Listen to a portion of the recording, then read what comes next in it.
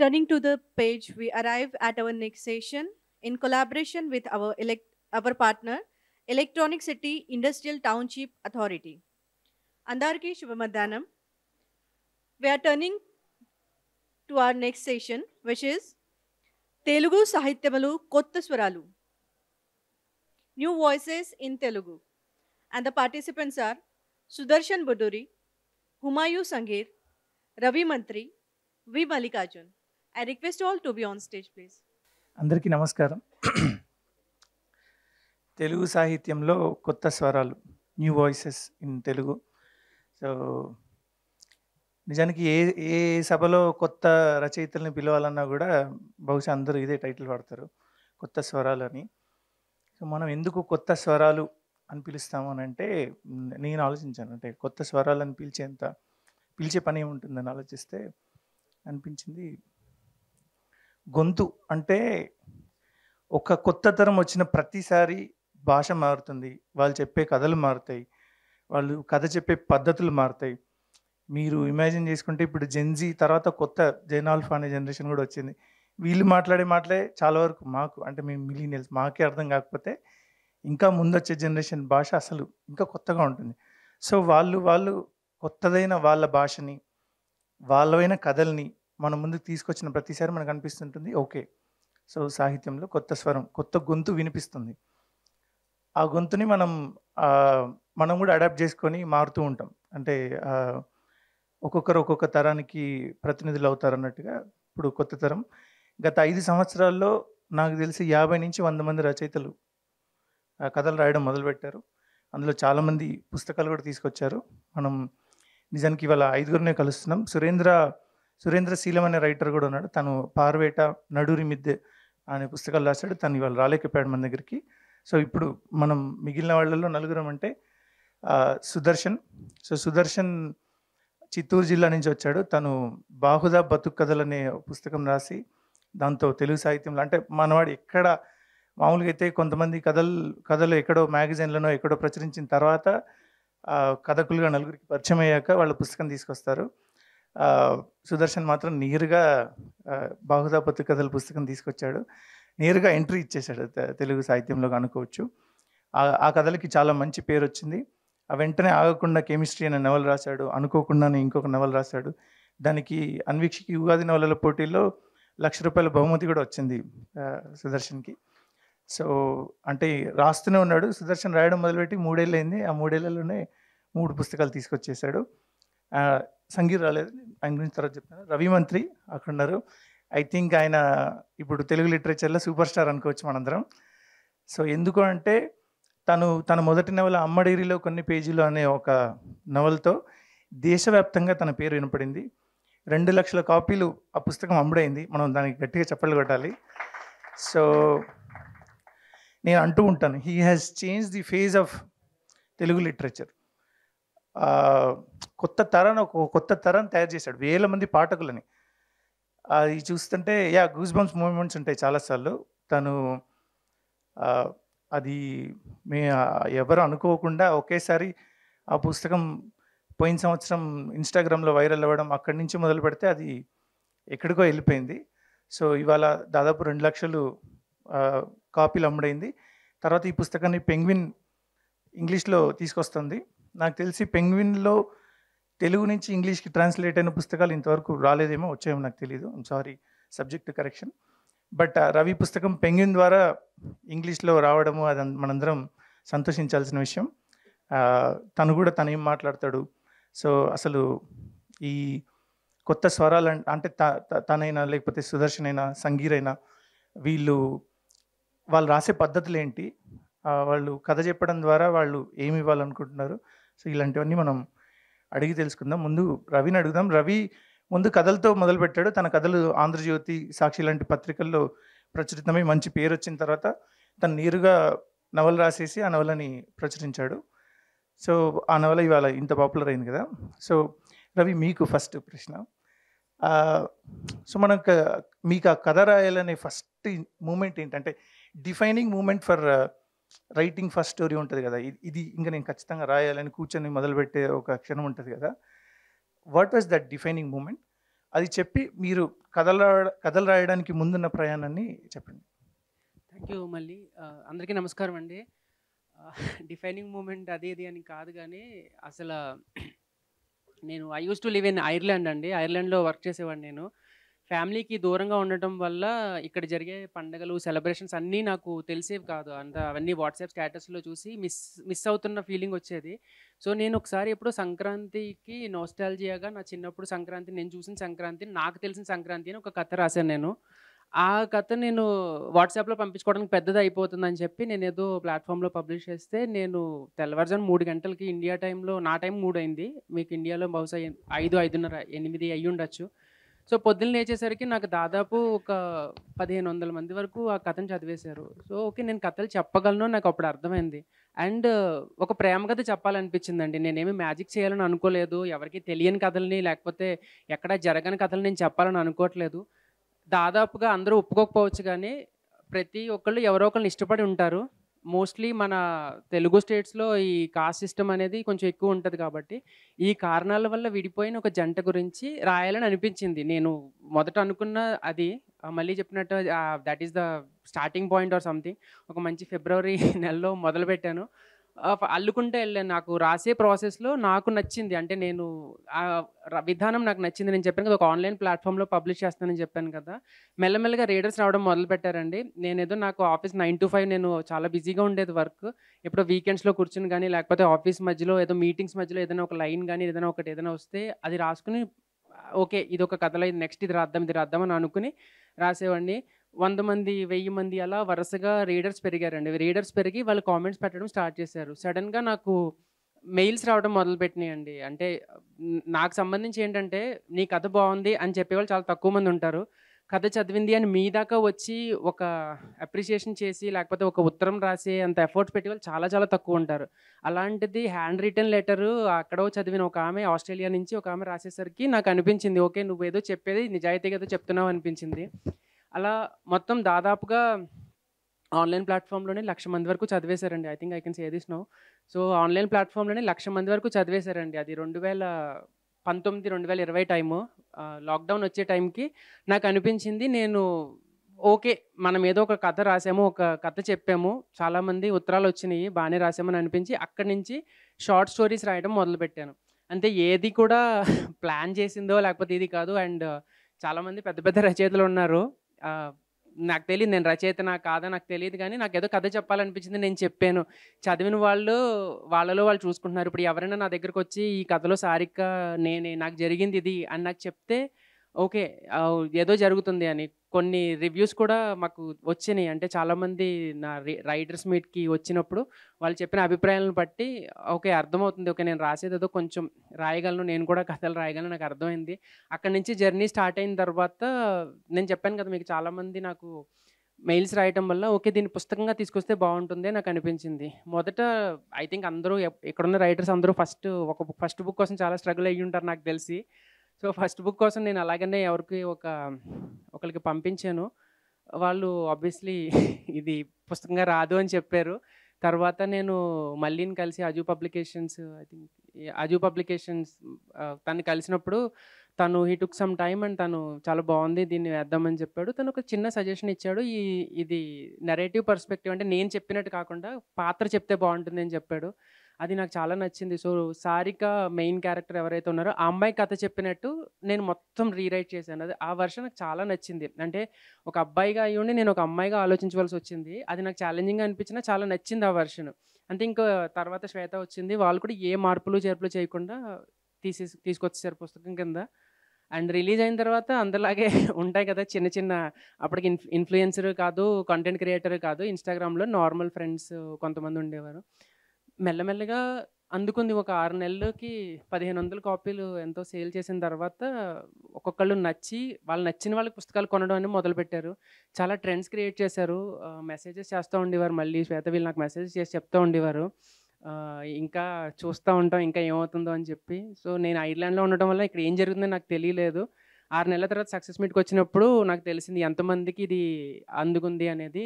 పెద్ద అంటే మా అమ్మ కన్నా ఎక్కువ వయసు ఉన్న వాళ్ళు చాలా దూరం నుంచి నన్ను చూడడానికి వచ్చారు. ఆ కథ చదివి నాకు సారిక లాంటి కథ నాకు ఎందుకు లేదు అని నేను అనిపిస్తుంది అని ఇలాంటివి చెప్పినప్పుడు నాకు అదేదో అంటారు కదా ఇందాక గూస్ బంప్స్ మూమెంట్స్ అని అలాంటివి చాలా ఉన్నాయి నాకు. సో ఏదో పెద్ద పెద్ద మాటలు చెప్తున్నారు నేను ఏదో చేంజ్ చేశానని నాకు తెలియదండి. కానీ కొత్త రీడర్స్ అయితే వచ్చారని మాత్రం నేను చెప్పగలను. ఎందుకంటే ఆల్మోస్ట్ ఏదో చెప్తే ఎగ్జాజరేట్ చేస్తున్నాడు, ఎక్స్ట్రాలు చేస్తున్నాడు అనుకుంటారు. కానీ దాదాపుగా ప్రతి గంటకి నాకు ఒక మెసేజ్ కానీ, ఒక ఇన్స్టాగ్రామ్లో ట్యాగ్ కానీ, ఒక మెయిల్ కానీ, హ్యాండ్ రిటర్న్ లెటర్ కానీ వస్తుందండి. ఎక్కడెక్కడి నుంచో మేము చదివాము, మేము తెలుగు పుస్తకాలు చదవడం ఇదే మొదటిసారి. దీని తర్వాత నిన్నే ఒక అమ్మాయి వచ్చింది, అమ్మాయి చెప్పింది తెలుగు పుస్తకాలు చదవడం మొదటిసారి, దీని తర్వాత నేను 20 పుస్తకాలు చదివానని చెప్పిందండి. సో నేనేదో కళాఖండాలు రాశానని చెప్పట్లేదు. బట్ కొత్త రీడర్స్ని తీసుకొచ్చాను అంటే మాత్రం మేబీ నా కంట్రిబ్యూషన్ అంతో ఎంతో ఉండుండొచ్చు. తప్పకుండా రవి. చాలామంది అంటే నిజానికి ఎవరైనా ఒక పుస్తకం మొదలుపెట్టిన తర్వాత చదవడం అనేది మొదలైన తర్వాత ఇక ఆగదు కదా, చదువుతూనే ఉంటారు. అది నీ బుక్ ద్వారా అయితే ఎంతోమంది కొన్ని వేల మంది మళ్ళీ కొత్త పాఠకులు తయారవుతున్నారు కాబట్టి అది అచీవ్మెంట్ అని చెప్పుకోవాలి.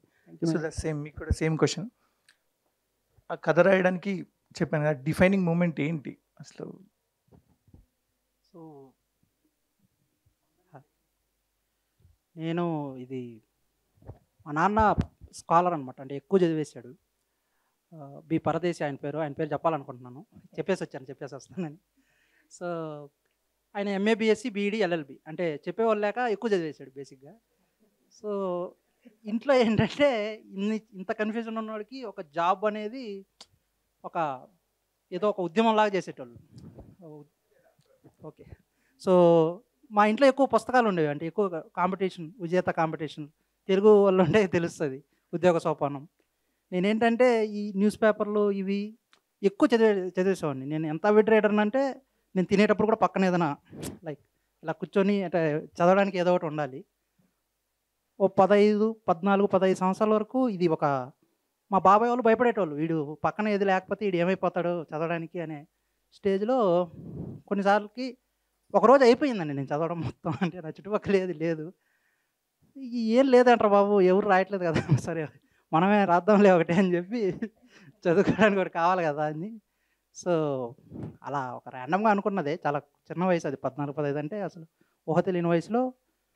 అండ్ ఉండేది ఏదో అందరు రాస్తున్నారు కదా మనం కూడా రాయాలి అంటే.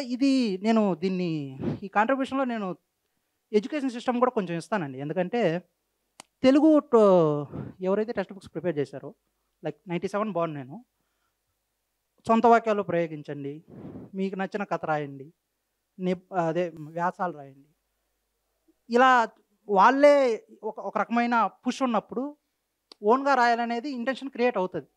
లైక్ బయట పుస్తకాలు ఆ ఏజ్లో చదవరు సామాన్యంగా. మా నాన్న కూడా తిట్టేటోడు, 7th 8th క్లాస్లో నావెల్స్ ఏంట్రా పిక్చర్ నీకు అనేటాడు. సో అలాగా ఈ షార్ట్ స్టోరీస్ కానీ ఇది కానీ రాయాలనేది అప్పటి నుంచే ఉన్నది. నాకు తెలుసు నేను రాసేది చాలా ఆ ఏజ్లోనే చాలా చిన్నగా మనం రాస్తున్నామని. నా ఫస్ట్ స్టోరీ నేను 7th రాశాను. సో ఆ స్టోరీని బెటర్ చేయొచ్చని నాకు అప్పుడే తెలుసు. ఐ మీన్ లైక్ ఏంటంటే ఏదో రాసాం కానరా ఇదేదో కొంచెం మరీ ఇలా ఉంది. తర్వాత ఒక ఇంటర్ వరకు నేను దాన్ని ముట్టుకోలేదు. ఇంటర్కి ఎందుకో నాకు దాన్ని మళ్ళీ అరే నీ బట్టలు బాగాలేవరా, నీకు నేను మళ్ళీ ముస్తాబు చేస్తాను నిన్ను అని చెప్పి. సో నేను ఇంటర్మీడియట్లో మెరుపు అని ఒకటి రాశానండి షార్ట్ స్టోరీ. మాది IIIT కడప ఇడుపులపాయ. అక్కడ మాకు ఏంటంటే 7000 మెంబర్స్ ఉంటారు స్టూడెంట్స్. ఆన్లైన్లో మేము పబ్లిష్ చేస్తాము స్టోరీస్. నాకు ఒకరోజు దాన్ని పబ్లిష్ చేసి మార్నింగ్ లేచి చూసేసరికి, అంటే నెక్స్ట్ డే కాలేజీకి వెళ్ళేసరికి అందరూ విచిత్రంగా చూస్తున్నాను క్లాస్లో, ఏదో చేసామరా మనం నిన్న, లేకపోతే ఇది ఇంత వియర్డ్ ఎక్స్పీరియన్స్ ఇది అంటే వాళ్ళు ఓకే. సో తర్వాత నిన్న మనం ఒకటి రాసాం కదా, ఓహో ఈ బట్టలు నచ్చినట్టున్నాయి వీళ్ళకి, సో నుంచి మనం కొత్త బట్టలు కొనాలి అని ఫిక్స్ అయ్యి అలా జర్నీ అనేది అలా స్టార్ట్ అయ్యింది. సో నా కాలేజ్ కాంట్రిబ్యూషన్ ఉంది, మా నాన్నగారి కాంట్రిబ్యూషన్ ఉంది. అండ్ నేను రాసిన ఫస్ట్ పుస్తకం బాహుదా అనమాట, బాహుదా బతుకు కథలు. మాది రాయలసీమ అండి. అంటే ఇది బాగా ఇలా రాయలసీమ అని అనగానే చాలా ఇదిగా చూడొచ్చు. నాకు కంప్లైంట్ ఉంది రాయలసీమ గురించి. బయట జనాలకి చాలా రాంగ్గా ప్రొజెక్ట్ అయింది రాయలసీమ. అంటే రాయలసీమ అనగానే ఏదో ఫ్యాక్షను, ఇంకేం ఉండదు, మనుషులు చాలా కరుగ్గా ఉంటారు, కోపంగా ఉంటారు, ఇప్పుడు నేను ఉన్నట్టు అనుకుంటారు. కానీ ఇలా అంతే నవ్వుతూనే ఉంటారు జనాలు. అంటే అందరూ ఉంటారు కదా జనాల్లో, ఒకే సెక్షన్ ఎక్కువ ఫోకస్ చేసి చూడడం ఎందుకు? ఆ కథలు ఎవరు చెప్తారు నీకు? ఒకవేళ ఆ కథలు చెప్పినా సరే వాటికి ఎక్కువ ఇంట్రెస్ట్ చూపించట్లేదు, ఎక్కువ మంది వాటికి ఎక్కువ రీచ్ రావట్లేదనే బాధ ఉండేది కొంచెం. ఎవరో ఎవరో పుస్తకానికి రీచ్ లేదని బాధపడడం ఏంటి, మనం ఉంది కదా ఒక వార్డ్రోబు తీద్దాము, కొత్త చొక్కాలు కొట్టిద్దామని ఒకరోజు ఇదంతా చెప్పుకోవడానికి ఎవరు లేరు. మా మమ్మీ మా అమ్మ ఏంటంటే, ఏంట్రా ఇప్పుడు ఎందుకు డల్గా ఉన్నామంటే, నేను ఒక మార్నింగ్ డల్గా ఉంటే ఈవినింగ్ పూట ఆన్సర్ చేశాను మా అమ్మకి. అది కొంచెం ఏంటో అమ్మ కొంచెం వియర్డ్గా ఉంది, అన్ఈజీగా ఉందంటే, మరి చెప్తేనే కదరా తెలుస్తుంది, చెప్పకుండా ఎవరు తెలుస్తుంది అంటే, ఓ ఇది ఒకటి ఉంది, ఓకే కరెక్టే, మనం చెప్పాలనుకున్న స్టోరీస్ కూడా మనం చెప్తేనే తెలుస్తుంది. ఇప్పుడు రాయలసీమ ఇక్కడ ఇంత ఉంది, ఇది ఒకరికి డాక్యుమెంట్ చేయాలి, ఎవరో ఒకటి చేయాలి, ఈ స్లాంగు, ఈ లాంగ్వేజెస్ ఇవన్నీ నీలో నువ్వు అనుకో, నువ్వు బాధపడిపోతే మిగిలిపోతే అక్కడే మిగిలిపోతుంది. అది బయటపడాలంటే రాయాలి, ఎవరో ఒకరు రాయాలి. అందరూ రాస్తున్నారు, నాకున్న స్కోప్ చాలా తక్కువ, నేను చదివింది చాలా తక్కువ. ఎవరో ఏంటి రాసేది, మన వార్డ్రోబ్ ఉంది కదా అని చెప్పి నేనే రాయడం స్టార్ట్ చేశాను. సో అలా బాహుదా అనేది లాక్డౌన్లో స్టార్ట్ చేశాను. నేను ఇది ఎక్కువ చోట చెప్పేశాను నేను దీన్ని, సో మళ్ళీ చెప్పాలనుకోవట్లేదు. నేను ఈ బాహుదా రాయడం అనేది ఒక చిన్న ఎక్స్పెరిమెంట్ లాగా చేశాను. లాక్డౌన్లో మాస్కులు, రైస్ బ్యాగ్ ఒకటి పట్టుకొని బయట తిరిగేటోడిని పోలీసులు కొట్టకుండా. వాళ్ళు అడిగినప్పుడు ఎక్కడ తిరిగేస్తున్నావు, లాక్డౌన్ కదా ఇంట్లో ఉండాలంటే, సార్ రైస్ అయిపోయింది మాస్కులు కనుక్కోవాలి. యాక్చువల్లీ నేను చేసే పని ఏంటంటే, ఒక స్పైలాగా వెళ్ళి ఎవరైతే కొంచెం ఏజ్డ్ పర్సన్స్ ఉన్నారో వాళ్ళకైతే ఎక్కువ హిస్టరీ గురించి అవగాహన ఉంటుంది కదా, నాస్టాల్జియా రాద్దామనే థాట్తో వెళ్ళి మీ చిన్నప్పుడు లవ్ స్టోరీ చెప్పండి నేను. అలా అయ్య బాబాయ్ మా ఆయన అక్కడే ఉన్నాడు, ఇప్పుడు నా లవ్ స్టోరీ చెప్తే ఆయన ఫీల్ అవుతాడు. సో ఇలా స్టార్ట్ చేసి ఒక 20 స్టోరీలు కలిపి ఒక స్ట్రక్చర్లో పెట్టినప్పుడు ఇదేదో బాగుందే, ఏదో something magic is happening here, but అది మ్యాజిక్ కాదో మనకు తెలియదు, కానీ ఒక స్ట్రక్చర్ ఫామ్ అవుతుంది. ఒక దాంట్లో బర్త్ ఉంది, ఒక దాంట్లో ఫ్రెండ్షిప్ ఉంది, ఒక దాంట్లో లవ్ ఉంది. ఇంత స్ట్రక్చర్ ఉన్నదాన్ని అంటే మనం స్ట్రక్చర్లో పెట్టట్లేదేమో అని చెప్పి నేను ఒక స్ట్రక్చర్లో పెట్టే ప్రయత్నం చేశాను. పుట్టుక గురించి ఒక స్టోరీ రాశాను, నెక్స్ట్ ఎదగడం గురించి ఒక స్టోరీ, ఫస్ట్ స్టోరీ ఆడొద్దు అని బర్త్ గురించి రాసి, లాస్ట్ స్టోరీ డెత్ గురించి 6 అడుగుల గుంత అని ఒకటి రాశాను. ఇవన్నీ రాసే ప్రాసెస్లో నాకు ఝాన్సీ పబదేశ్ గారని ఫేవరెట్ రైటర్, ఆవిడ దేవుడమ్మ అని ఒక స్టోరీ రాశారు. అందులో స్లాంగ్ చిత్తూరు స్లాంగ్ అనమాట. నాకు ఫస్ట్ టైం ఆశ్చర్యం వేసింది, అరే నేను మాట్లాడే భాష నాకు పేపర్లో కనపడింది. మామూలుగా న్యూస్ పేపర్ లాంగ్వేజ్ చాలా బాగా ఉంటుంది, అంటే చాలా అంటే పద్ధతిగా ఏదో చిన్నప్పుడు టెక్స్ట్ బుక్ లాంగ్వేజ్ కాబట్టి ఇలా కాకుండా ఇలా కూడా రాయొచ్చు అనే ఇన్స్పిరేషన్ ఆవిడ దేవుడమ్మ చదివాకే వచ్చింది నాకు. మనం కూడా రాద్దాం మన స్లాంగు, ప్రతి 50 కిలోమీటర్లకి స్లాంగ్ మారిపోద్ది అంటుంటారు కదా, ఈ 50 కిలోమీటర్ల గురించి ఒక డాక్యుమెంట్ చేయకపోతే రేపు వచ్చేవాడికి నా కొడుక్కో నా కూతురుకో తెలియాలి కదా ఈ స్లాంగ్ అని చెప్పి ఒక డాక్యుమెంటేషన్ లాగే నేను స్లాంగ్ యూజ్ చేశాను. అది నేను ఏదో అనుకోకుండా ఎక్కువ రీచ్ వచ్చింది దానికి, అంటే ఎక్కువ మందికి వెళ్ళింది. దాని తర్వాత కెమిస్ట్రీ ఇప్పుడే జనాల్లో ఉంది, కెమిస్ట్రీ నవల ఇంకా జనాల్లో ఉంది, నేను మాట్లాడదలుచుకోవట్లేదు, ఇంకా జనాలు మాట్లాడుతున్నారు, లెట్ దెమ్ స్పీక్. మనం దాని గురించి కూడా మళ్ళీ మాట్లాడదాం. సంగీర్ వచ్చారు, హుమాయూన్ సంగీర్, కామారెడ్డి జిల్లా నుంచి వచ్చారు. తను ఇప్పటివరకు 3 పుస్తకాలు తీసుకొచ్చారు, కామునికాంత కథలు, మీరాబాబు కయ్యం, ఇల్లింత పండ్లు అని. ఆయన కథలు రాయడమే కాదు సినిమాలకి రచయితగా పనిచేస్తున్నారు, ఇప్పుడు ఒక నవల కూడా రాస్తున్నారు త్వరలో. ఆయన తన కథా నేపథ్యం గురించి చెప్తారు. సంగీర్ గారు, మీరు అంటే ఫస్ట్ కథ రాయడానికి ఇన్స్పిరేషన్ మూమెంట్ ఉంటుంది కదా, ఈ కథ రాయాలి నేనని, అదేంటో చెప్పండి. అందరికీ నమస్కారం.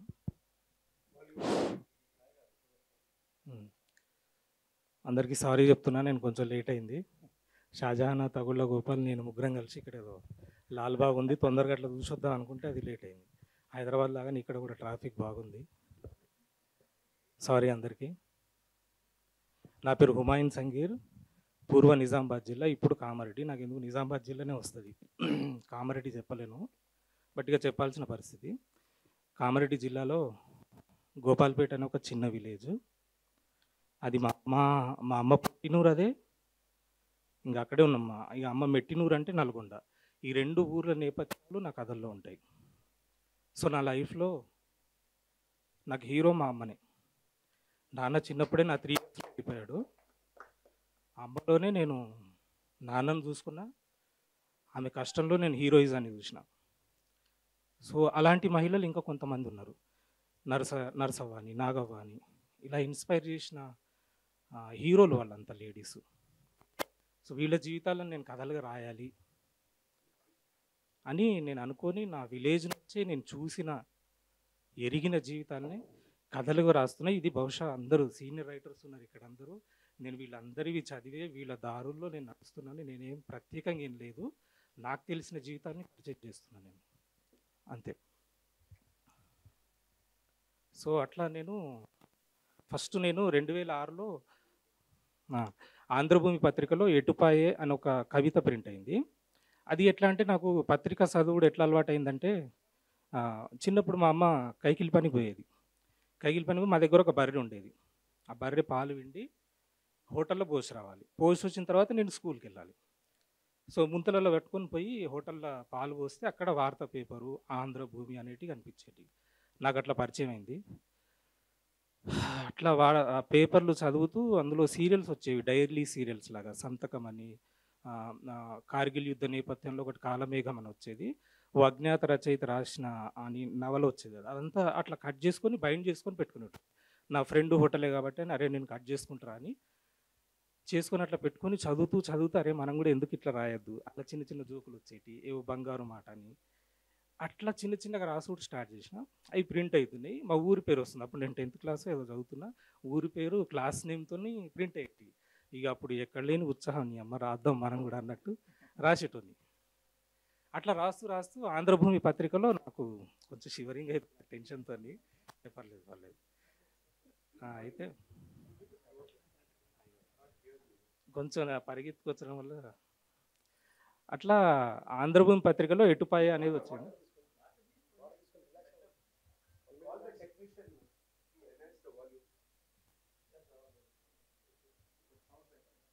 నాకు కొంచెం స్టేజ్ ఫియర్ కూడా ఉంది నాకు. No problem. నేను యాక్టింగ్ చేయగలుగుతున్నాను కెమెరా ముందు, కానీ ఇట్లా మాట్లాడాలంటే కష్టం జర. అయితే అట్లా ఎటుపాయ అనే కవిత 2006లో పబ్లిష్ అయింది. ఇక ఆ తర్వాత రాస్తున్న అన్ని పిచ్చి రాతలు నేను చదివితే నాకు పిచ్చిగా అనిపించేది. ఏంటి రవ ఇవి పెడితే కూడా ఎక్కిరిస్తాడు ఎందుకు అని కథలే రాద్దాం మనము, ఎట్లాగో మనం సినిమా ఫీల్డ్ పోవాలనుకుంటున్నాం, అవి పనికి వస్తాయి అని అట్లా కథల వైపే మళ్ళీ నేను కవిత, జోకులు, ఇంకా చిన్నవి ఏంది చిన్నపిల్లలకు రాసి నీతి కథలు ఉంటాయి కదా, అవి కూడా రాసినాం.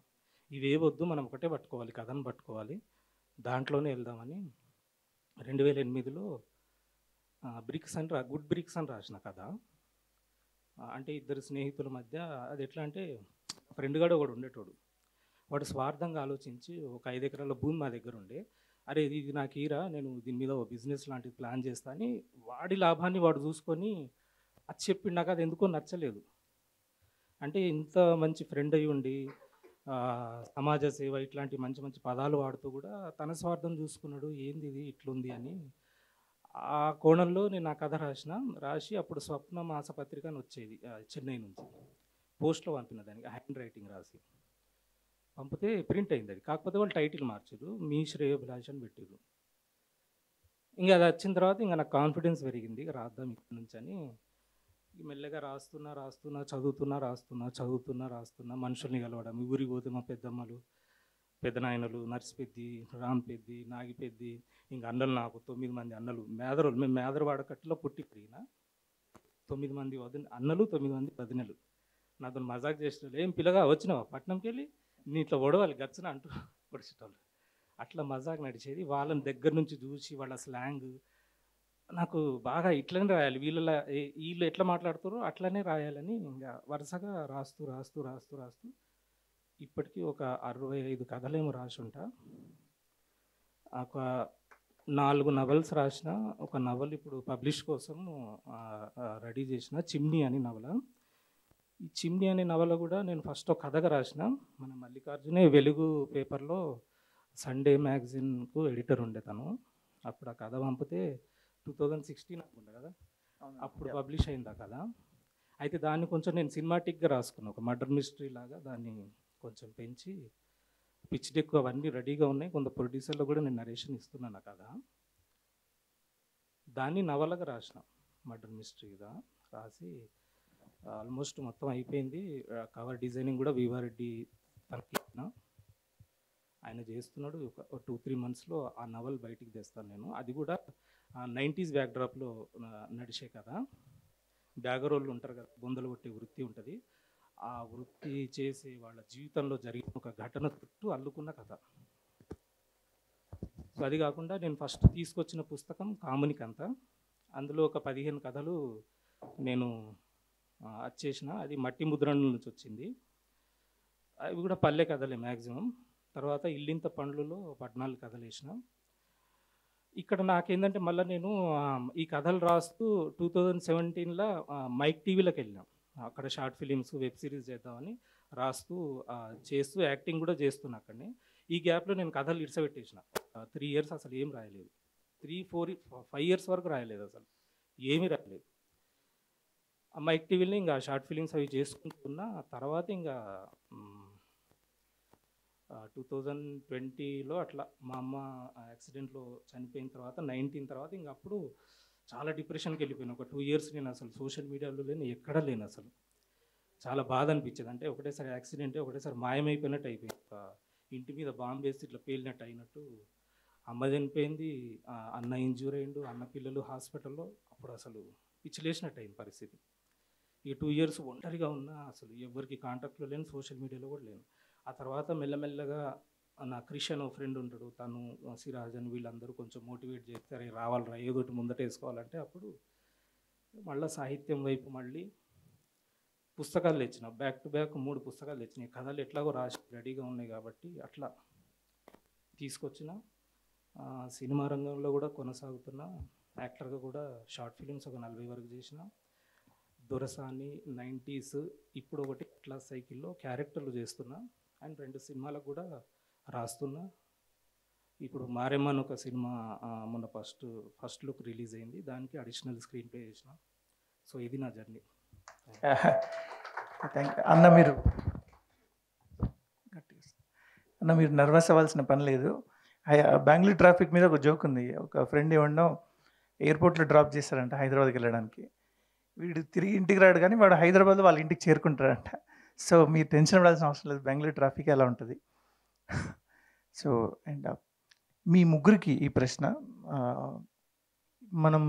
మీరందరూ కథలు రాశారు, కథలతో పాటు వెంటనే నవలలు కూడా రాసినారు. సంగీర్ అన్నది ఇంకా రిలీజ్ అవ్వలేదు. రవి మంత్రివి అన్నీ చాలా మ్యాగజైన్స్లో పబ్లిష్ అయిన తర్వాత తను నవలోకి వచ్చాడు. సుధా కూడా అంతే, ముందు బహుదా రాసి తర్వాత కెమిస్ట్రీ అనుకోకుండా నవలలు రాశారు.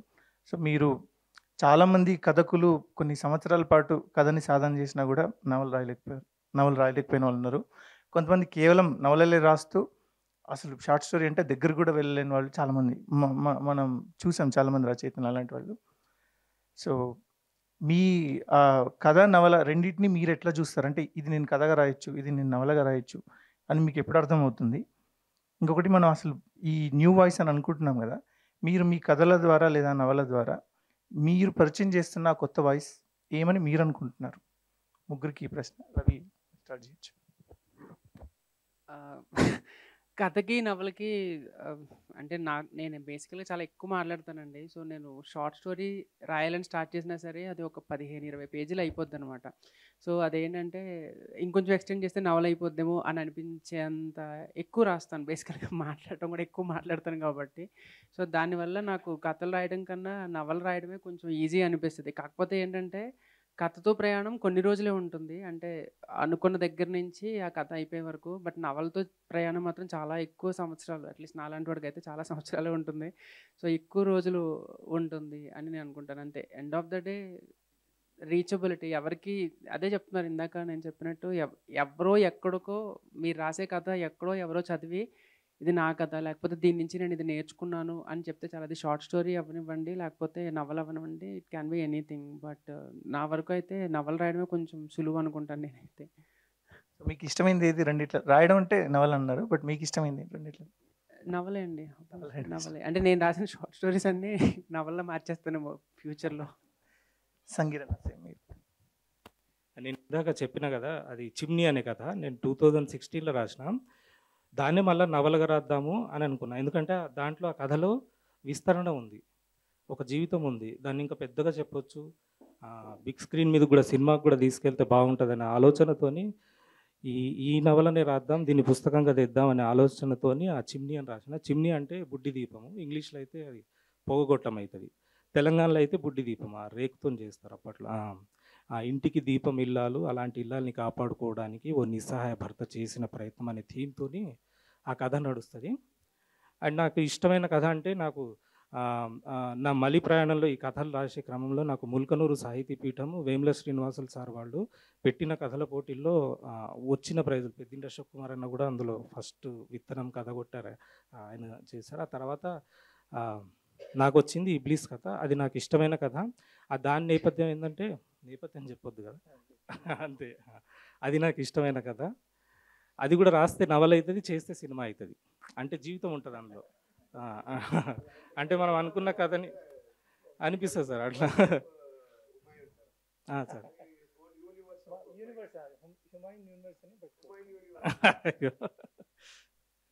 సో అది. నేను కొంచెం లేజీ పర్సన్ని కాబట్టి నేను ఏది తొందరగా అయిపోతే అది బెటర్ అనిపిస్తుంది నాకు. సో షార్ట్ స్టోరీ తొందరగా అయిపోతుంది కాబట్టి, తక్కువ రోజులు పడుతుంది కాబట్టి షార్ట్ స్టోరీయే ఇది. నావల్ అయితే ఎక్కువ రోజులు పడుతుంది. కానీ ఇన్ ద ప్రాసెస్ ఏంటంటే, నేను రాసిన కథలు నాకు నచ్చుతాయి అంటే, ఆ ప్రాసెస్ని నేను ఎంజాయ్ చేయడం చాలా రోజుల నుంచి లైక్ ఇది ఎప్పటి నుంచో స్టార్ట్ అయింది. నావల్ రాసేటప్పుడు ఎక్కువ టైం ఉంటుంది కాబట్టి ఎక్కువ ఎంజాయ్ చేయొచ్చు. లైక్ ఆ క్యారెక్టర్ని విడగొట్టి మనకు మనం నచ్చకుండా జరగడం అనేది, ఒరే ఇది నువ్వేరా రాసింది, మళ్ళీ నువ్వేందుకు కొట్టేస్తున్నావు అనే ఆ ఇంటర్నల్ కాన్ఫ్లిక్ట్ ఉంటుంది. నాకు బాగా నచ్చుతుంది అది. సో ఒక క్యారెక్టర్ని యాడ్ చేసినప్పుడు దాన్ని మళ్ళీ దాని మీద కొంచెం వాదోపవాదాలు మనలో మనమే చేసుకోవడం, ఈ ప్రాసెస్ నచ్చుతుంది కాబట్టి నావెల్కి నేను టర్న్ అవుతున్నాను. ఇప్పుడు ఎక్కువ ఇష్టం నవల అంటే. సో ఇప్పుడు ఈ ప్రశ్న కూడా మీ అందరినీ అడుగుదాం అనుకుంటున్నాను. ఒకప్పుడు కథలు రాసేవాళ్ళు, రచయితలైనా ఎవరికైనా వాళ్ళకి ఒక ఫీడ్బ్యాక్, అంటే అసలు ఒక పుస్తకం చదివితే దాని గురించి చెప్పాలంటే ఆ రచయిత నేరుగా కలవాలి, లేదా దానికి సంబంధించిన ఏదైనా సమీక్ష ఎక్కడో పేపర్లో చూసి ఉండాలి. అంటే ఒక రచయితకి పాఠకుడు ఏమనుకుంటున్నాడు అనే విషయం ఏ పుస్తక షాప్ వాళ్ళు ఎవరో చెప్తే తప్ప తెలిసేంత అవకాశం లేదు. ఇప్పుడు సోషల్ మీడియా చాలా విజృంభించింది. ఇప్పుడు ఫేస్బుక్ దాటేసి అందరం ఇన్స్టాగ్రామ్లోకి వచ్చాం. సో ఇన్స్టాగ్రామ్లో అయితే ఇంకా ఎలా ఉన్నారంటే, ఇప్పుడు రవి మంత్రి లాంటి, లేకపోతే సుధా, వీళ్ళందరూ నవల రాస్తే రెండో రోజుకి ఒక రివ్యూ ఉంటుంది ఖచ్చితంగా. ఒక సినిమా రిలీజ్ అయితే మీరు రాత్రి యూఎస్లో ప్రీమియర్ చూసి పొద్దున్నే రివ్యూ పెట్టినట్టుగా ఇక్కడ పుస్తకం చదివి పెట్టే వాళ్ళు కూడా పెరుగుతున్నారు. అది మంచి వెల్కమ్ చేంజ్ అది. సో ఇప్పుడు మనకి పాఠకులు చాలా దగ్గరగా ఉన్నారు. అంటే వాళ్ళు చదువుతున్నది, లేకపోతే వాళ్ళు చదివిన ద్వారా వాళ్ళకి ఏమనిపించింది అనే విషయం వెంటనే చెప్పగలుగుతున్నారు. అది కొంతమంది నెగిటివ్ ఫీడ్బ్యాక్ అయినా పాజిటివ్ ఫీడ్బ్యాక్ అయినా ఏదైనా మనకి అంటే వెంటనే చేరువవుతుంది. ఒక పుస్తకం లేదా ఏదైనా కథ రాసినా కూడా వెంటనే దాని గురించి ఎవరేమనుకుంటున్నారో మీకు తెలిసిపోతుంది. సో ఇవి మిమ్మల్ని ఏ రకంగా అయినా ఇన్ఫ్లుయెన్స్ చేస్తున్నాయా? దాని తర్వాత రాసే కథకు కానీ నవలకు కానీ ఈ పాఠకుడిని నేను దృష్టిలో పెట్టుకోవాలి, వీళ్ళు ఇలా అన్నారు కాబట్టి నేను ఇది ఇలా రాయాలా, ఇది మిమ్మల్ని ఏ రకంగా ఇన్ఫ్లుయెన్స్ చేస్తుందా? అంటే అంత దూరం రాణిస్తారా పాఠకుడి ఒపీనియన్ని? అది మిమ్మల్ని ఎట్లా ఇన్ఫ్లుయెన్స్ చేస్తుందో అందరూ చెప్పండి. సోషల్ మీడియా ఒక రకంగా బ్లెస్సింగ్, అట్లీస్ట్ నాలాంటి రైటర్కి, లేకపోతే ఇప్పుడు రాస్తున్న వాళ్ళకి ఒక రకంగా బ్లెస్సింగే, అది ఖచ్చితంగా చెప్పగలను. ఎందుకంటే నచ్చితే 10 మందికి చెప్తున్నారు, సోషల్ మీడియా ద్వారా తెలుస్తుంది. కాకపోతే ఏంటంటే ఇప్పుడు జనరేషన్ చూస్తే నాకు ఒక రకంగా చిన్న ఇది ఉండదు అనమాట. ఇప్పుడు మళ్ళీ చెప్పినట్టు ప్రీవియస్ జనరేషన్స్ వాళ్ళ కథల మీద ఏదైనా చదువుకుంటే, సపోజ్ ఇప్పుడు నేను ఏదైనా చదివితే ఆ పదం కానీ అది కానీ అర్థం కాకపోతే, లేకపోతే ఆ సిచ్యువేషన్ ఎందుకు రాసారో అర్థం కాకపోతే నాలో నేను మతన పడిపోయేవాడిని. లేకపోతే పుస్తకాలు చదివే వాళ్ళతోటో, అమ్మతోటో, లేకపోతే ఆ కాలం వాళ్ళతో చర్చించేవాడిని. నేను డిస్కస్ చేసి ఇది ఎందుకు రాశారు, ఈ పదానికి అర్థం ఏంటని తెలుసుకునేవాడిని. వీళ్ళు ఏంటంటే స్టార్ట్ చేస్తారు, ఆ ఫస్ట్ పారాగ్రాఫ్ ఏదో చదువుతారు, ఆ మీనింగ్ తెలియకపోతేనో, లేకపోతే మనం రాసిన దాంట్లో అది వాళ్ళు తప్పు ఉందని అనుకుని డైరెక్ట్గా మన దగ్గరికి వచ్చేస్తారు అనమాట సోషల్ మీడియాకి. అయినో మనం ఇగ్నోర్ చేయొచ్చు, ఎన్ని మెసేజ్లైనా ఇగ్నోర్ చేయొచ్చు. కాకపోతే ఏంటంటే సోషల్ మీడియాలో అవైలబుల్గా ఉండటం వల్ల వీళ్ళు డైరెక్ట్గా రావడం అనేది జరుగుతుంది అనమాట. ఇంకా అడిషనల్ రెస్పాన్సిబిలిటీ ఎలా ఉంటుంది వచ్చే దాని మీద అంటే ఇది పట్టించుకుంటే రాయలేం. అంటే ఈ నెంబర్స్ తోటో, లేకపోతే వీటితోటి వెళ్ళట్లేదు కాబట్టి నా వరకు నేను ఏంటంటే నా పని నేను చేసుకుంటాను. బాగుంది అంటే బాగుంది, నచ్చలేదు అంటే నచ్చలేదు. నాకు సంబంధించి రెండే ఉంటాయి. మనకు నచ్చిన పుస్తకం, మనకు నచ్చని పుస్తకం. మంచి పుస్తకం, చెడ్డ పుస్తకం అని ఏమి ఉండదు. అట్లీస్ట్ నేను అది నమ్ముతాను. సో ఎవరైనా వచ్చి నీ కథ బాగాలేదు, నీ పుస్తకం బాగా రాలేదంటే ఓకే, అది మీకు నచ్చిన పుస్తకం, వదిలేద్దాం అంతే. అంతే నా వరకు నేను అదే అనుకుంటాను. బట్ సోషల్ మీడియా ఎక్కువ అవైలబుల్గా ఉండటం వల్ల ఏంటంటే మళ్ళీ చెప్పినట్టు బుక్ ఇవాళ వస్తే సాయంత్రానికే పీడిఎఫ్లు వచ్చిన ఆశ్చర్యపోకర్లేదు, లేకపోతే సాయంత్రానికి రివ్యూలు వచ్చిన ఆశ్చర్యపోకర్లేదు. చాలామంది ఈ రివ్యూలు చదివి కొనేవాళ్ళు ఉన్నారు, కొనడం మానేసే వాళ్ళు కూడా ఉన్నారు. సో ఐ డోంట్ నో ఇది పాజిటివా నెగిటివ్ అనేది నాకైతే తెలీదు. బట్ వెల్కమింగ్ అనే అనుకుంటున్నాను. మేబీ తెలుగు పాఠకులు పెరుగుతున్నారు అన్నంత వరకు ఆనందమే.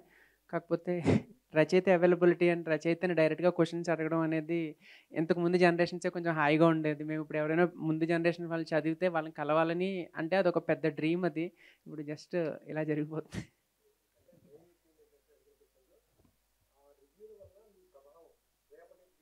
అది ఖచ్చితంగా అంటే సార్ నా వరకు నేను ఈ సెకండ్ బుక్ ఇప్పుడు నాది రాబోతుంది. అది నేను మొదటి పుస్తకంగా వచ్చే లోపల నేను రాసేసుకున్నాను. సో ఇప్పటి వరకు అయితే నేను ప్రభావం లేదు. మరి భవిష్యత్తులో నేను రాసేదాని మీద ఉంటుందేమో నాకు తెలియదు. కాకపోతే ఏంటంటే నేను ఏది స్టార్ట్ చేసినా ముందు అనుకునేది ఏంటంటే ఇది నువ్వు నీ కోసం రాసుకుంటున్నావు, నీకు నచ్చితే బయటకు వస్తుంది, లేకపోతే లేదని అనుకుంటాను. సో ఏదో అంటారు కదా, వ్యాలిడేషన్స్ సీక్ చేయొద్దు అంటారు కదా, నేను అలా వ్యాలిడేషన్ సీక్ చేయను. ఏదో రాసుకుంటాను, మా అమ్మ బాగుందని చెప్తుంది, సరిపోతుంది అంతే. సో రవి, మీరు ఆల్రెడీ చెప్తున్నారు కాబట్టి నేను అంటే కొనసాగింపు ప్రశ్న మిమ్మల్ని మళ్ళీ అడగాలనుకున్న ప్రశ్న, బట్ మీరు ఆల్రెడీ మాట్లాడుతున్న దాని గురించి. రవి రెండో పుస్తకం నవల ధీర సమీరే గంగా తీరే నిన్ననే ఇక్కడ టైటిల్ ఆవిష్కరణ జరిగింది. సో నేను అడగాలనుకుంటున్న ప్రశ్న ఏంటంటే, ఇప్పుడు అమ్మ డైరీలో కొన్ని పేజీలు 2 లక్షల కాపీలు అమ్మడైంది. చాలామంది దీని గురించి మాట్లాడారు, అది సెన్సేషన్ అయింది.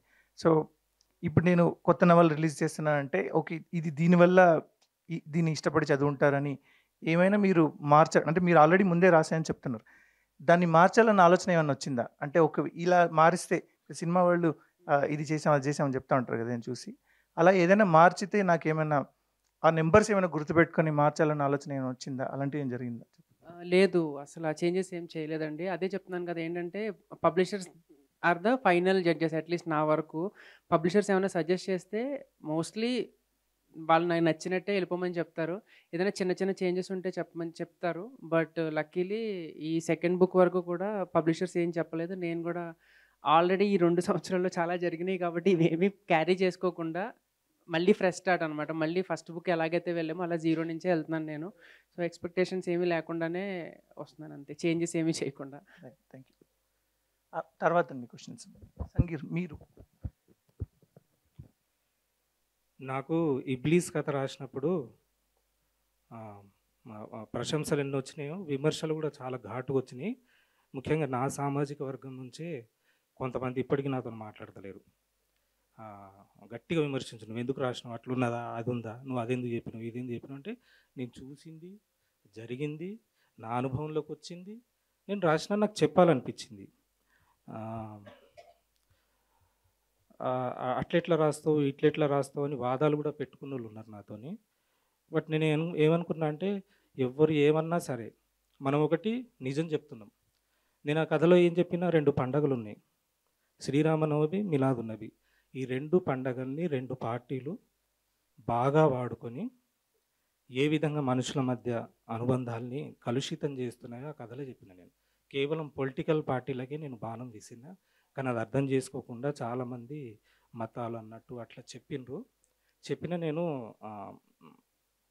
దాన్ని తీసుకోలేదు నేను. ఎందుకంటే ఇంకా రాయాలి, ఇట్లాంటివి రాయాలి. ఇప్పుడు మేరా బాబు ఖయ్యూమ్ రాసినప్పుడు కూడా అట్లుంది, అట్లా జరుగుతుంది అంటే నా లైఫ్లో జరిగింది రవి, నేను రాసిన జరిగిందాన్ని జరిగినట్టు చెప్తాం కదా, జరిగింది చెప్తున్నాం అంతే. అది జరగలేదంటే నీ అనుభవంలో జరగలేదు, నా అనుభవంలో జరిగింది, నా తల్లికే జరిగింది, నాకే జరిగింది. కొంత కల్పితం జోడించవచ్చు, రాస్తున్నాము, అది బరాబర్ రాస్తాము అని నేను ఇదే కాన్ఫిడెన్స్తోని. ఎవ్వరు ఏమనుకున్నా నాకు అనిపించింది కరెక్ట్ అనిపించింది, మానవత్వాన్ని నిలిపేది, ఈ సమాజానికి మేలు చేసేది అదే రాయాలనుకుంటున్నాను నేను.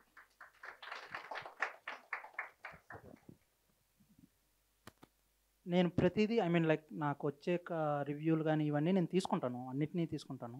అంటే మంచిగా చెప్తే బాగుందంటే ఓకే, వీళ్ళకి నచ్చిందేమో, బాగాలేదంటే దే ఫెల్ట్ ఇట్ ఓకే, ఆలోచిస్తాను నేను. కొంచెం ఈ ప్రాసెసింగ్ అనేది జరుగుతుంది.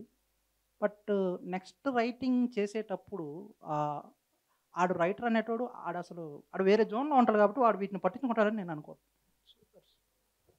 Simple as that. సో ఆ పట్టింపు ఏమి లేకుండా అంటే మనం ఆ స్టోరీ, ఆ థీమ్, ఆ కాన్షియస్నెస్లో ఉండేటప్పుడు కామన్ సెన్స్ అనేది అయితే ఖచ్చితంగా ఉంటుంది. అవి ఎప్పుడు యాడ్ అవుతూనే ఉంటుంది, డెవలప్ అవుతూనే ఉంటుంది కామన్ సెన్స్. అంటే లాస్ట్ బుక్లో నువ్వు ఇది చేసావు కాబట్టి ఇది చేయొద్దు అనేది కామన్ సెన్స్. అది దాన్ని మించి ఒకరి ఒపీనియన్ మనల్ని ఇచ్చేసేది కానీ అంతా చేయదనే నేను అనుకుంటున్నాను. ఓకే, సుదర్శన్ మీకే ఇంకో ప్రశ్న. సుదర్శన్ సినిమాలకు కూడా పనిచేస్తున్నాడు, తను సినిమాల్లో రచయిత.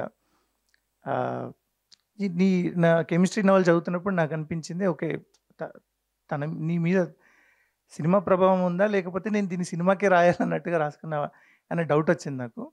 సో చెప్పండి, అంటే సినిమా ప్రభావం మీ రచనల మీద ఉందా? అంటే రెండింటిని వేరు చేసి చూస్తారా? మీరు సినిమా రేటింగ్లో కూడా ఉన్నారు కాబట్టి ఆ రెండింటికి మధ్యలో మీరు ఏం తేడా గమనించినారు? సినిమా అనేది నీకు ఒక రెస్ట్రిక్షన్స్ ఉంటాయండి. అంటే నిన్న ఒక సర్కిల్లో గీసి అందులో రాయమంటారు. నవలకి అంత ఆ సర్కిల్ పెద్దది, రేడియస్ పెద్దది. లైక్ ఎలాగంటే నేను ఇప్పుడు ఒక దాంట్లో నేను ఒక మ్యాజిక్ రియలిజం రాసి ఒకడు సడన్గా ఒకడు అదృశ్యం అయిపోయాడు అని నేను రాయొచ్చు. అదే నేను ఇప్పుడు కథను నేను ఒక ప్రొడ్యూసర్ చెప్తే అంతా నువ్వు అసలు విఎఫ్ఎక్స్కి ఎవడు పెడతాడు అనుకున్నావు డబ్బులు అంటే. కాబట్టి ఆ రెస్ట్రిక్షన్స్ అనేవి నాకు కథలో మామూలుగా సాహిత్యంలో ఉండదు, లైక్ అట్లీస్ట్ నేను అనుకునే దాని వరకు. కానీ ప్రభావం అంటే అలా తెలిసే కాన్షియస్గానే రాస్తాం కాబట్టి, ఇది నవలకు అనుకునే రాసాము అంటే సినిమాటిక్ ఫీల్ వచ్చిందంటే నేనేమంటానంటే ఈ పుస్తకం వరకు మాత్రం నేను బాహుదాలో ఎక్కువ నేను చెప్పినట్లు అనిపించింది. అంటే ఎక్కువ ఆ పాత్రల ద్వారా నేనే చెప్పినట్లు అనిపించింది. దీంట్లో సంభాషణలు ఎక్కువ పెడదామని ఎక్కువ సంభాషణలు రాశాను. సినిమా అనగానే మనకు డైలాగులు ఎక్కువ అనిపిస్తాయి కాబట్టి మేబీ ఆ ఫీల్ వచ్చి ఉండొచ్చు. Thank you. సంగీర్ అన్న, మీకు సో సంగీర్ కథలు మీరు చదివితే ఆయన మైనారిటీ జీవితాన్ని, తన చుట్టూ ఉండే ప్రపంచాన్ని, తన కుటుంబాన్ని ఎంత శ్రద్ధగా గమనిస్తాడు ఆయన అంటే మనకి చిన్న చిన్న మైన్యూట్ డీటెయిల్స్ కూడా మనకి బాగా అర్థమవుతాయి ఆయన కథలు చదివినప్పుడు. ముస్లిం జీవితాలు కానీ అవన్నీ. ఆయనకి పాపం లైఫ్ థ్రెట్స్ కూడా వచ్చాయంట ఒక కథ రాసినందుకు. ఆయన నేను బెదరను రాస్తాను అంటారు కదా. సో అంటే ఆ అస్తిత్వాన్ని నిలుపుకోవడం, నేను నా కథల్ని చెప్పాల్సిన అవసరం చాలా ఉందని అనుకోవడం, దీని గురించి మీరేమంటారు చెప్పండి, మీ ఆలోచన. నా దృష్టిలో ఇప్పుడు నేను ఒక సామాజిక వర్గం నుంచి ఉన్నాను. అందులోని లొసుగులు అవి చెప్పొద్దు, మనం అప్డేట్ కావద్దంటే నేను ఒప్పుకోను. ఆ కోణంలో నా మీద జరిగింది, నా అమ్మకు జరిగింది, నా కుటుంబంలో జరిగింది, అట్లాంటివి ఉన్నాయి కొన్ని కథలు రాయాల్సినవి. అవి ఖచ్చితంగా రాస్తాను. రాసి ఏంటంటే మనం ఇప్పుడు ప్రతి విషయంలో అప్డేట్ అవుతున్నాం కానీ ఆ విషయంలో మాత్రం అప్డేట్ అవ్వట్లేదు. ఆ అప్డేట్ అవ్వని క్రమాన్ని రాజకీయాలు ఏ విధంగా వాడుకుంటున్నాయి, ఎంత ప్రభావం చూపిస్తున్నాయి అనేది ఇప్పుడు మనం ప్రత్యక్షంగా చూస్తున్నాము. అది ఆ వాతావరణం సినిమాల వరకు కూడా వచ్చింది. సో దాన్ని రచయితలుగా మనం ప్రభుత్వ వైఫల్యాలని ఎండగడుతూ రాస్తేనే బెస్ట్.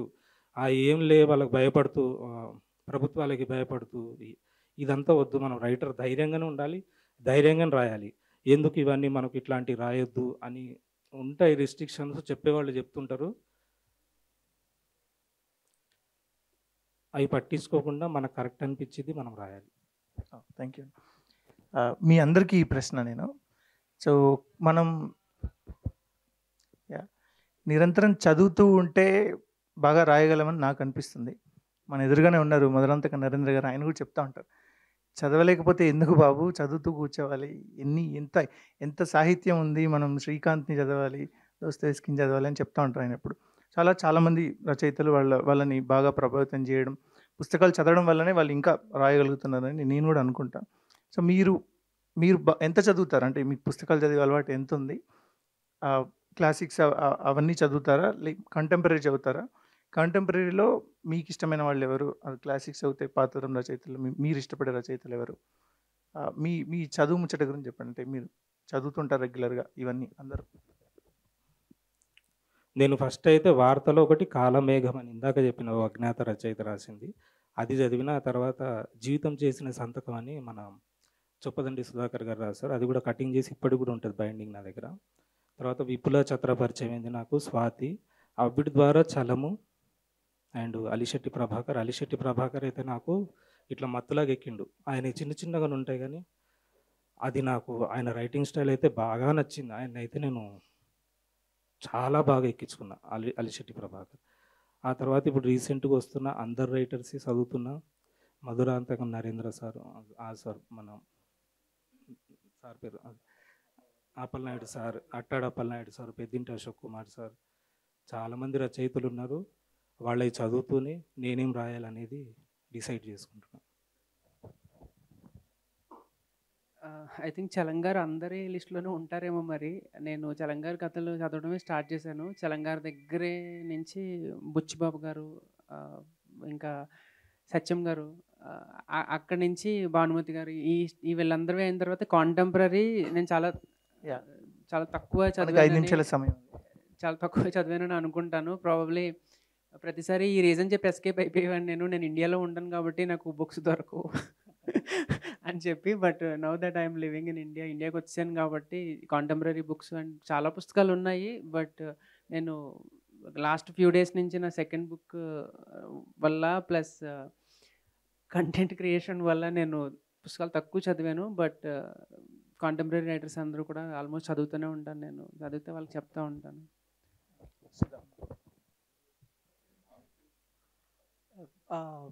ప్రాంత ప్రభావం కావచ్చు, కేశవరెడ్డి గారు కొంచెం లేట్గా పరిచయం అయినా సరే ఆయన రచన ప్రభావం ఉంటుంది. అండ్ మా రీజనల్ బుక్స్ నేను కొంచెం ఎక్కువ చదువుతూ ఉంటాను. స్లాంగ్ కోసం చదివే స్వార్థం అనుకోవచ్చు. అలాగని పాతవి ఇప్పుడు పాతవి అన్నీ అంటే యన్నమూరి గారు కావచ్చు, మనకి వాళ్ళందరూ ఇనిషియల్గా అందరూ అక్కడి నుంచే స్టార్ట్ చేస్తారు కాబట్టి అవన్నీ చదివాకే మనకి రాయాలన్న జిజ్ఞాస ఇవన్నీ వస్తుంది కాబట్టి ముందు ఆ క్లాసిక్స్ అన్నీ చదివాక నాకు అనిపించేది ఏంటంటే ఇప్పుడు కాంటెంపరీ వాళ్ళు చాలా బాగా రాస్తున్నారండి. అంటే ఎక్కువ మంది ఎందుకు ఈ విషయం చెప్పడానికి సిగ్గుపడతారో నాకు తెలియదు కానీ ఒక కథ మొత్తం మీకు మొదటి పదం నుంచి మొదటి అక్షరం నుంచి చివరి అక్షరం దాకా మీకు తృప్తిని ఇవ్వకపోవచ్చు, కానీ మధ్యలో ఏదో ఒక పోర్షన్ అయితే మాత్రం భలే రాశాడరా అనిపించేలాగైతే నాకు చాలా కథలు ఉన్నాయి అప్పట్లో అయితే. అండ్ పూర్తి కథలు బాగున్నవి కూడా ఉన్నాయి. కాబట్టి నేను కాంటెంపరీ ఎక్కువ చదువుతాను. రీసెంట్గా నేను చదివిన ఇప్పుడు సురేంద్ర శైలం గారిది నడూరు మిద్దె అని ఒకటి వచ్చింది రీసెంట్గా. I was most stunned by that. And so ఇంకా చెప్పాలంటే నాస్టాల్జియా మీద వచ్చిన పుస్తకాలన్నీ బాగున్నాయి. లైక్ అంటే ఆ కొత్త ప్లేస్ని పరిచయం చేస్తాయి కాబట్టి ఇప్పుడు గాజుల సంచి కావచ్చు, ఇప్పుడు మా నల్గొండ కథలు కావచ్చు, బావుదా కావచ్చు. సో ఇవన్నీ బాగానే ఉంటాయి. సో నేను ఇంకా ఎక్కువ చదువుతున్నాను. In the process of reading so much. నేను ఇంకా చదవాలి. సో అందరికీ మనకి సమయం 2 నిమిషాలు ఉంది. బట్ నేను అందరినీ మీ ముగ్గురిని ఒక ప్రశ్న అడగాలనుకున్నాను. ఏంటంటే ఇప్పుడు మీరేం రాస్తున్నారు అంటే రాసేటప్పుడు ఏమేమి ఆలోచిస్తున్నారు ప్రస్తుతానికి? ఏవేవి త్వరలో మీ నుంచి రాబోతున్నాయి పాఠకులు చదవడానికి? అది అనుకోకుండా ఇంకా పబ్లిష్ కాలేదు. అది చాలా డ్యూ పెండింగ్. ఈ అక్టోబర్లో వస్తుంది. అది అనుకోకుండా క్రైమ్ థ్రిల్లర్. అది ఆల్రెడీ అది రాసేసాను కాబట్టి నా కొత్త నవల కింద నేను ఇంకేం చెప్పట్లేదు. అది వచ్చేదాకా నేనేం మాట్లాడదలుచుకోవట్లేదు. కెమిస్ట్రీ అనుకోకుండా వస్తుంది. సో అనుకోకుండా ఎప్పుడైనా రావచ్చు, వెయిట్ చేయండి. సో వీళ్ళంతా 2022 నుంచి స్టార్ట్ చేసి అప్పటికే 3 పుస్తకాలు తీసుకొచ్చారండి. దట్ ఈస్ ఎలా ఏమనుకుంటున్నాడు, మళ్ళీ ఏమనుకుంటున్నాడు, మనం ఇది రాస్తే ఆయన ఏమనుకుంటాడు, ఈయన ఏమనుకొస్తాడు, ఇవన్నీ ఏమొద్దు. మనకి ఏమనిపించింది అది రాయాలి అంతే. అది మంచిగా రాయాలి అంతే. సమాజానికి పనికొచ్చేది మనం ఖచ్చితంగా రాయాలి. నేను అదే సిద్ధాంతాన్ని ఫాలో అవుతున్నా. ఆ థీమ్లోనే రాస్తున్నా. నేను ఇప్పుడే మొదటి పుస్తకం నుంచి బయటకు వచ్చి సెకండ్ బుక్ ఫినిష్ చేశానండి. ధీర సమీరే గంగా తీరే నేను పెట్టుకున్న టైటిల్. సెప్టెంబర్లో రిలీజ్ అవుతుంది. సో ప్రస్తుతానికి ఇంకా నా షోల్డర్స్ మీద ఆ బరువు ఉంది. అది అయిన తర్వాతే నేను థర్డ్ బుక్ గురించి ఆలోచించాలి. మా పబ్లిషర్ శ్వేత అంటూ ఉంటుంది, నువ్వు అర్జెంటుగా ఐర్లాండ్ వెళ్ళిపో, అక్కడ ప్రశాంతంగా కూర్చుంటే నువ్వు రాసేవాడివి, ఇక్కడ నీకు డిస్ట్రాక్షన్స్ ఎక్కువ, నువ్వు రాయట్లేదు అని. బట్ నేను మైండ్లో కొన్ని థాట్స్ ఉన్నాయండి. But I don't know next ఏంటనేది. థ్యాంక్ యూ అండి. Thank you. ఎవరో ప్రశ్న అడగాలన్నారు.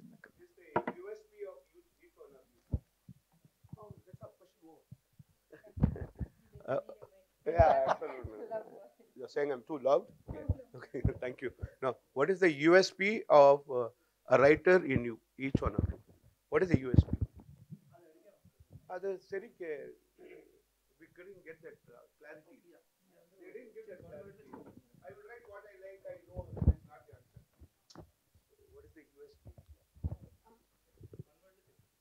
అందరికీ నమస్కారం. నా పేరు భార్గవి. ఒక కథ చెప్పలేదు, బయట ఎక్కడా చెప్పలేదు, నేను ఇది చెప్పాలి, ఇదే యూఎస్పీ. బలంగా చెప్పాలి. నేను చదివినట్టుకు బలంగా వినపడలేదు, నేను ఇంకా బలంగా చెప్పాలి. ఆ ఒక్క కథ నేను ఇంకా చెప్పలేదు, అంటే ఆ ప్రాసెస్ కోసమే ఇవన్నీ.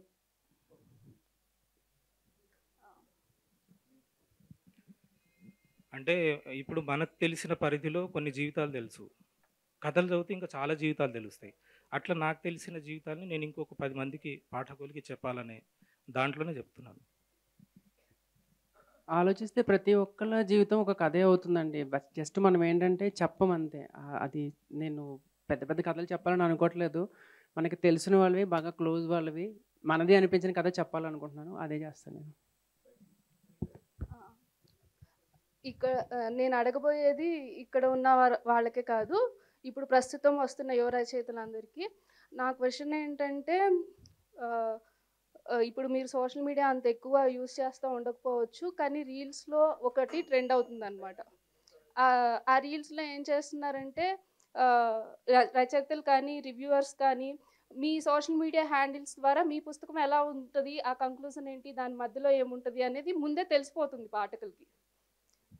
అది నా ఉద్దేశం ఏంటంటే ఒక సమీక్ష ద్వారానో వ్యాసం ద్వారానో తెలిస్తే బాగుంటుంది. కానీ మీరు ఏం చెప్పాలనుకుంటున్నారో అది ఒక విజువల్, ఒక దృశ్య రూపంలో మా మైండ్లో ఉండిపోతుంది. రీసెంట్గా ఇన్స్టాగ్రామ్ ఫాలో అయ్యే వాళ్ళకి తెలుస్తుంది. ఇది కొత్త చేంజ్. ఒకవేళ మీకు ఇక్కడ తెలియకపోతే తర్వాత దీని గురించి మాట్లాడవచ్చు, కానీ దీని గురించి మనం చర్చించాల్సిన అవసరం ఖచ్చితంగా ఉంది అని నేను అనుకుంటున్నాను. థ్యాంక్ యూ అండి. అంటే స్పాయిలర్స్ ఎవరు ఇష్టపడరు సమీక్షలో అయినా ఎక్కడైనా కూడా. హాయ్ అండి, నేను తెలుగులో పబ్లిషర్ని. If you don't mind I want to answer this for you. అలా రీల్స్లో ఆన్సర్స్ చెప్తున్న వాళ్ళు, అంటే రివీల్ చేస్తున్న వాళ్ళందరూ పెద్దగా చదవడం తెలియని వాళ్ళు, ఇప్పుడిప్పుడే చదువుతున్న వాళ్ళు. బహుశా వాళ్ళు మొత్తం కథ కూడా చదవకుండానే అలా చేస్తుండొచ్చు. నిజంగా రివ్యూవర్స్ అయిన వాళ్ళు, నిజంగా ఆ కథను చదివిన వాళ్ళు ఎవరు అలా రీల్స్ ద్వారా ఒక 20 సెకండ్ల రీల్లో మొత్తం కథను రివీల్ చేయరు.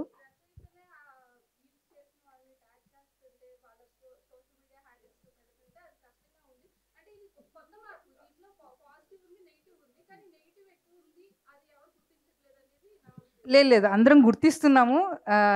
దాన్ని కాన్షియస్గా తీసుకుంటున్న రచయితలు, పబ్లిషర్లు అందరూ కూడా అది జరగకుండా ఉండడానికి ప్రయత్నిస్తున్నాము.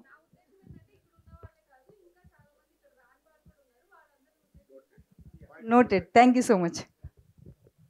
నోటెడ్ అండి. నేను రైటర్గా, పబ్లిషర్గా చెప్పాలనుకున్నది అదే. అంటే నిజానికి నేనైతే మ్యాగజైన్లో రాసే రివ్యూల్లో కూడా స్పాయిలర్లు ఉండొద్దనే కోరుకుంటా.